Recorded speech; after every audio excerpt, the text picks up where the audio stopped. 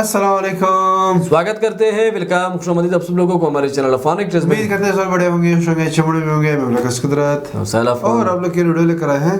एक कौन सी video? ISS versus Taliban, why is Afghanistan still in conflict, world affairs की वीडियो है। देखते हैं अब इंडिया तालिबान और दाइश का जो है वो अगर देखती है काफी हद तक आईएसएस को रोक लिया है, बहुत हद तक। तो उस पर वीडियो है, हम लोग अपना पॉइंट जो हमें पता है इसके बारे में वो भी हम लोग वीडियो के बाद में आप लोग को बताएंगे कि आईएसएस वाले कौन है, उनको किस तरह का क्या है वैसा। वॉच करते वीडियो को इसमें हमारे चैनल को जरूर सब्सक्राइब कीजिए, साथ में जो बेल आइकन है उसे लाइक जरूर करें। अगर मैं सोशल साइट फॉलो नहीं किया प्लीज फॉलो करें इंस्टाग्राम, हम लोग को लिंक डिस्क्रिप्शन में मिल जाएगा, आप लोग चेक कर सकते हैं। तारीख थी 13 अक्टूबर 2023 की। नॉर्दर्न अफगानिस्तान के बाघलान प्रांत की एक शिया मस्जिद में सैकड़ों लोग जुम्मे की नमाज अदा करने के लिए इकट्ठा हुए थे। अभी सजदे में लोगों के सिर झुके ही थे कि उससे पहले ही नमाज पढ़ने वालों के बीच में से एक सुसाइड बॉम्बर ने अपने डेटोनेटर से बम को ट्रिगर कर दिया। एक बड़े जोर का धमाका हुआ और चारों तरफ हाहाकार मच गया। इस हमले में करीब 17 लोगों की जान गई और बहुत से लोग बुरी तरह से घायल हुए।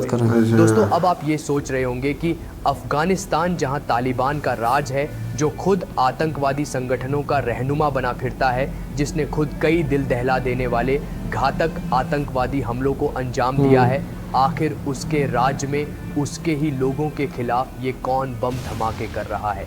और ये अकेला बम ब्लास्ट नहीं जो हाल ही में तालिबान में हुआ है, बल्कि तालिबान के कंट्रोल के बाद अफगानिस्तान पर 280 से ज़्यादा बार अटैक हुए हैं, जिनमें 670 से ज़्यादा लोगों की जान गई है और 1200 लोग जख्मी हुए हैं। दोस्तों, ये डेटा अफगानिस्तान के उन्हीं इवेंट्स को दोहरा रहे हैं जिन्हें इतिहास में कई बार देखा जा चुका है। यानी कि अफगानिस्तान एक बार फिर से अपने कंट्रोलिंग पावर को उखाड़ फेंकने की कोशिश कर रहा है, जो उसने ब्रिटेन से लेकर रूस और अमेरिका तक के साथ किया। इसीलिए आज की इस वीडियो में हम समझेंगे कि आखिर अफगानिस्तान तालिबान के कंट्रोल में आने के बाद भी एक कॉन्फ्लिक्ट जोन क्यों बना हुआ है, आखिर वो कौन सा ग्रुप है जो तालिबान की नींद उड़ाए हुए है, और क्यों अफगानिस्तान सदियों से डिफरेंट नेशंस और ग्रुप्स के लिए इतना डिजायरेबल बना हुआ है। आज के इस वीडियो में हम इन्हीं सवालों को जानने की कोशिश करेंगे। इसके साथ दोस्तों, हम हाल ही में हुए रूस के मास्को अटैक और अफगानिस्तान में हो रहे बम धमाकों के बीच का कनेक्शन भी बताएंगे। दोस्तों, ये वीडियो हमारी जियोपॉलिटिकल मास्टर क्लास सीरीज की तीसरी वीडियो है। जिन्हें इस सीरीज के बारे में नहीं पता, मैं उन्हें बता दूं कि इस सीरीज में हम एनिमेशन की मदद से जियोपॉलिटिक्स के पेचीदा मसलों को बहुत ही आसान भाषा में समझेंगे। इसीलिए वीडियो को शुरू करने से पहले आप प्लीज़ ये वीडियो अपने उन दोस्तों को ज़रूर शेयर करें जिन्हें रियल जियोपॉलिटिक्स को समझने में बहुत रुचि रहती है। तो चलिए बिना देरी के आज का वीडियो शुरू करते हैं। Why is Afghanistan still in conflict? देखिए दोस्तों, अफगानिस्तान में आज जितने भी कॉन्फ्लिक्ट्स और अटैक हो रहे हैं, उनके पीछे आईएसआईएस के टेररिस्ट ऑर्गेनाइजेशन का हाथ है। इसी ऑर्गेनाइजेशन की वजह से आज अफगानिस्तान अमेरिका के जाने के बावजूद भी कॉन्फ्लिक्ट्स में फंसा हुआ है। अब आप कहेंगे कि आईएसआईएस के क्या है? तो ये उसी आईएसआईएस टेररिस्ट ऑर्गेनाइजेशन का हिस्सा है जिसने इराक और सीरिया में कुछ सालों पहले तक अपनी जड़ें मजबूत कर ली थी, जिसके बाद उन्होंने पूरे मिडिल ईस्ट रीजन में अपने रीजनल ऑर्गेनाइजेशन बना दिए। उसी रीजनल ऑर्गेनाइजेशन में से एक ऑर्गेनाइजेशन अफगानिस्तान रीजन के लिए बनाया गया था, जिसका नाम है आईएसआईएस के, जो एक सुन्नी एक्सट्रीमिस्ट ग्रुप है। लेकिन ये ग्रुप तालिबान से बिल्कुल अलग सोचता है, इसलिए ये दोनों ही ग्रुप एक दूसरे से नफरत करते हैं। साल 2021 में तालिबान जब वापस से कंट्रोल में आया तो वो वॉर, वायलेंस और जिहाद को छोड़कर अफगानिस्तान में गुड गवर्नेंस लाने, देश की इकोनॉमी को मजबूत करने और दूसरे देशों के साथ अपनी गवर्नमेंट के रिलेशन बेहतर करने में लग गया। ये एक ऐसा मूव था जिसके वजह से उसके आसपास के देश तालिबान शासित अफगानिस्तान को मान्यता देने लगे और तालिबान अफगानिस्तान तक ही सीमित होने लगा, जिस वजह से बहुत से अफगान मिलिट्री के लोग जो ग्लोबल जिहाद को मानने वाले थे, उन्होंने बड़ी संख्या में तालिबान का साथ छोड़कर आईएसआईएस के को ज्वाइन कर लिया, जिस वजह से इस रीजन में आईएसआईएस के फिर से मजबूत होने लगा। इसी आईएसआईएस के और तालिबान की डिफरेंट सोच ने आज अफगानिस्तान में कॉन्फ्लिक्ट्स को फिर से शुरू कर दिया है, जो शायद तालिबान की भी कब्र खोद सकता है। क्योंकि ISIS के यार, जिस उसको control आइडिया कर पर रखे हैं अभी। फोकस्ड है उसके तहत वो अपना एक अलग स्टेट बनाना चाहते हैं जिसका नाम होगा खोरासान प्रोविंस। यही आपको बता दें कि ISIS के में जो ये एक्स्ट्रा के है ये खोरासान को ही रिप्रेजेंट करता है। खोरासान स्टेट को लेकर एक बहुत पुरानी मांग समय समय पर की जाती रही है। दरअसल दोस्तों, खोरासान शब्द का मतलब है where the sun arrives from. ये एक फारसी भाषा का शब्द है जिससे ईरान के लोग अपने ईस्टर्न रीजन को रिप्रेजेंट करने के लिए यूज किया करते थे। वैसे अगर जियोग्राफिकली देखा जाए तो खोरासान सेंट्रल एशिया का एक हिस्टोरिकल रीजन हुआ करता था। इस रीजन में आज के अफगानिस्तान, तुर्कमेनिस्तान, उज्बेकिस्तान और ईस्टर्न ईरान के हिस्से शामिल थे। इसी पूरे हिस्से को वापस से जोड़कर एक अलग स्टेट बनाने का सपना फिर से देखा जा रहा है और ये सपना ISIS के देख रहा है। ये ऑर्गेनाइजेशन करेंटली अफगानिस्तान के कुछ ही रीजन में है, लेकिन इसने अफगानिस्तान के 2 प्रोविंस पर अपनी पकड़ बहुत ज़्यादा मजबूत कर ली है। साथ ही ISIS के ने कुछ समय पहले ही नंगरहार प्रोविंस की राजधानी जलालाबाद की जेल पर हमला करके अपने कई सपोर्टर्स को भी जेल से भगाने में कामयाब हो चुकी है। यहाँ पर ISIS के तालिबान के साथ कॉन्फ्लिक्ट करने की दूसरी वजह ये भी है कि ये अफगानिस्तान पर तालिबान के कंट्रोल को जायज़ नहीं मानते हैं।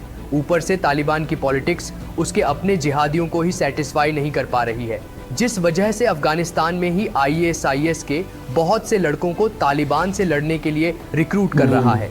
साथ ही उसने तालिबान से लड़ने के लिए पैसे इकट्ठा करने के नाम पर टैक्स वसूलना भी शुरू कर दिया है। इतना ही नहीं, अपनी ग्लोबल इमेज बनाने के लिए उसने हाल ही में रूस के शहर मॉस्को में बहुत बड़े आतंकी हमले को भी अंजाम दिया है। मॉस्को के हमले में 20 मिनट में करीब 22 ब्लास्ट हुए, जिसमें 137 लोगों की मौत हो गई, जिसके बाद से ही पूरी दुनिया में ISIS के बारे में बात होने लगी है। इससे पॉसिबल है कि और भी लड़के जो खोरासान प्रोविंस की चाहत रखते हैं वो तेज़ी से ISIS को ज्वाइन करने लगे और ये ऑर्गेनाइजेशन बड़ा होता चला जाए, जिसका बड़ा होना सबसे ज़्यादा खतरा अफगानिस्तान की करंट तालिबानी गवर्नमेंट को ही होगा और अफगानिस्तान ऐसे ही कॉन्फ्लिक्ट वॉर जोन बना रहेगा।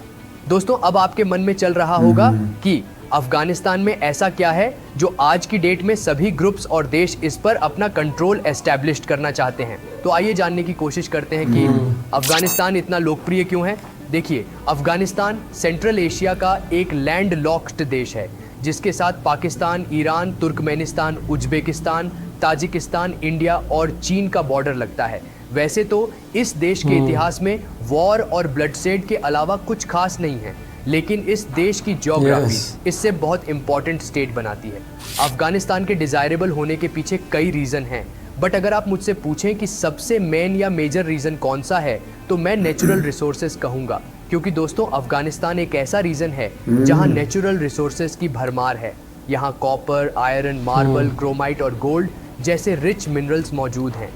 अब चूंकि दुनिया धीरे धीरे ऑयल एनर्जी से इलेक्ट्रिक एनर्जी की तरफ शिफ्ट हो रही है, इसलिए इलेक्ट्रिक बैटरीज में उसे होने वाले लिथियम के बड़े भंडार अफगानिस्तान को जियोपॉलिटिकली रिच कंट्री बनाते हैं।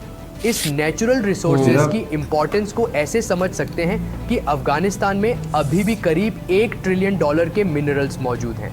अफगानिस्तान उस गोल्डन क्रेसेंट में भी आने वाला सबसे इम्पॉर्टेंट रीजन है जहां एक टाइम पर सबसे ज़्यादा अफीम की खेती की जाती थी।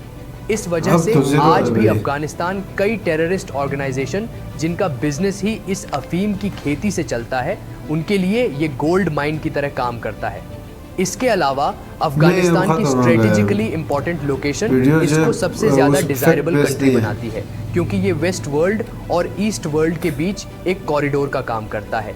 ये हिस्टोरिक सिल्क रूट का भी एपिसेंटर रहा है, जहां से एंशिएंट टाइम में मेजॉरिटी ट्रेड होता था, जो आज भी लगभग उसी तरीके से वर्क करता है। इसलिए आज की डेट में किसी भी कंट्री को अगर एशिया, मिडिल ईस्ट या फिर यूरोप में अपना ट्रेड या जियोपॉलिटिकल इन्फ्लुएंस बनाना है तो वो अफगानिस्तान में अपना दबदबा कायम करके ये काम आसानी से कर सकते हैं। और इसी वजह से कहीं ना कहीं अफगानिस्तान हमेशा से कॉन्फ्लिक्टेड जोन रहा है। इवन कोल्ड वॉर के समय 1969 में सोवियत यूनियन का अफगानिस्तान पर अटैक करने के पीछे बड़ा कारण उसकी यही जियोपॉलिटिकल लोकेशन थी। दरअसल सोवियत यूनियन यानी आज के रूस के पास हिस्टोरिकली कभी कोई वार्म वाटर पोर्ट नहीं रहा जिसके थ्रू वो 12 महीने अपनी व्यापारिक गतिविधियां कर सके। मोस्टली समय रूस के पोर्ट बर्फ में जमे रहते हैं, इसलिए अरेबियन सी के वार्म वाटर सोर्सेस पर अपनी पहुंच बनाने की वजह से उसने कोल्ड वॉर के दौरान अफगानिस्तान पर हमला किया था। इसके अलावा रूसिया कोल्ड वॉर के दौरान अपनी कम्युनिस्ट आइडियोलॉजी का विस्तार एशिया में करना चाहता था, जहां अफगानिस्तान उसके लिए एक प्रवेश द्वार का काम करता था। दोस्तों, अपनी इसी स्ट्रेटेजिक इंपॉर्टेंस की वजह से ये देश दुनिया भर की महाशक्तियों के साथ ही साथ छोटे बड़े टेररिस्ट ऑर्गेनाइजेशन और रीजनल कंट्रीज के लिए मोस्ट डिजायरेबल स्टेट बन गया है, जिस वजह से अफगानिस्तान में टाइम पर एक से बढ़कर एक वॉर और कॉन्फ्लिक्ट्स होते रहे हैं। लेकिन अफसोस कि कोई भी पावर अभी तक इस रीजन को अपने कंट्रोल में नहीं ले पाया है। आज भले ही तालिबान अफगानिस्तान पर अपना कंट्रोल एस्टेब्लिश करने की कोशिश कर रहा है, लेकिन इंटरनली अफगानिस्तान में बहुत से कॉन्फ्लिक्ट्स और वायलेंस जारी हैं, जो इस तरफ इशारा करती है कि शायद तालिबान को भी कुछ सालों में इस रीजन से उखाड़ फेंका जाएगा, जैसा कि बाकी देशों और साम्राज्यों के साथ हुआ।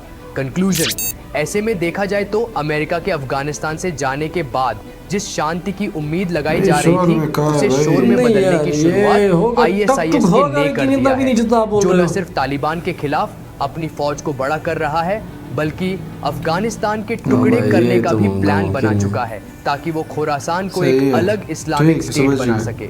खोरासान की अलग मांग में पॉसिबल है कि अफगानिस्तान से तालिबान का कंट्रोल चला जाए और ये देश साम्राज्यों की कब्रगाह बनकर ही रह जाए। दोस्तों, आपको क्या लगता है, क्या अफगानिस्तान फिर से अपना इतिहास दोहराएगा? आप अपनी राय हमें कमेंट करके बता सकते हैं। अच्छा, भाई साहब ने अच्छी वीडियो बनाई थी। एक हाथ तक अगर देखी जाए तो ये वीडियो बिल्कुल एक मतलब काफी चीजें जो ज्योग्राफी के बारे में थी, जो थोड़ी हिस्ट्री की बातें की, काफी हद तक वो रिलेटेड थी। बट बात अगर की जाए SS की, अगर देखी जाए 90-95% तक जो है SS वालों को जो बुरी तरह से पीछे कर दिया है तालिबान ने। ये हमें पता है, एक पहले थे उससे ज्यादा, बहुत ही ज्यादा, जो पहले थे उससे बहुत ज्यादा कम किए हुए। और पीस के लिहाज से अगर देखी जाए तो हम लोग भी, हमें पता है, we know the ground realities. 98% 95% तक पीस तो बहुत ज्यादा है अफगानिस्तान। ये भी एक रियलिटी है। और उसी भाई ने बात की, देखिए ISIS वाले जो है आजकल काफी उनके मतलब वो अटैक ज्यादा हो गए, बिल्कुल रिलेटिव बेस नहीं है, बिल्कुल इस तरह से नहीं हुआ है। हो जाते हैं अटैक, हो जाते हैं, लेकिन बहुत ही कम हो जाते हैं। महीने में कभी कभी 2-3-4 महीने में एक बार कहीं पे अटैक हुआ होता है। लेकिन तालिबान ने अगर देखी जाए बहुत बुरी तरह से उनको जो पीछे कर दिया हुआ है। The reason is Pakistan Taliban के बहुत बुरी तरह खिलाफ है, क्योंकि उनको खिलाफ है वो तालिबान। उसकी जो मतलब जो एजेंसी है तालिबान की, वो बहुत ही तेज है, इन चीज़ों में बहुत ज़्यादा आगे है। और दूसरी बात ये है कि जो रशिया में अटैक हुआ था, तो इस पर काफ़ी सवाल उठे कि ISIS वाले क्यों बाकी कंट्रीज को क्यों अटैक नहीं करती है, जो US के खिलाफ है, जो US के साथ है। उन कंट्रीज में ये सवाल बहुत ज़्यादा ऊपर किया गया कि ISIS वाले हमेशा जो US के खिलाफ मुल्क है उन पे ही अटैक क्यों करता है, क्यों US के फ्रेंडली कंट्रीज क्यों नहीं करता है। तो इस पर तो आप लोग पता समझ आ गए कि ISIS कौन है। बाकी ISIS और तालिबान के बीच में ये लफड़ा जो है काफ़ी हद तक जो है रोक दिया गया है और काफ़ी हद तक उनको पिछाड़ फेंक दिया गया है। वो लोग छोड़ते नहीं हैं, तालिबान के खिलाफ है। तो ये सीन चल रहा है।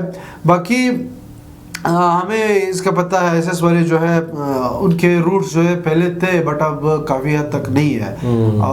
अटैक हो रहे हैं, बट नॉट दैट मच जितना इस बंदे ने काफ़ी उसको खींच लिया था भाई, उछाला दिया, इतना सीन नहीं है। बाकी बहुत ज़्यादा पीस है पाकिस्तान में।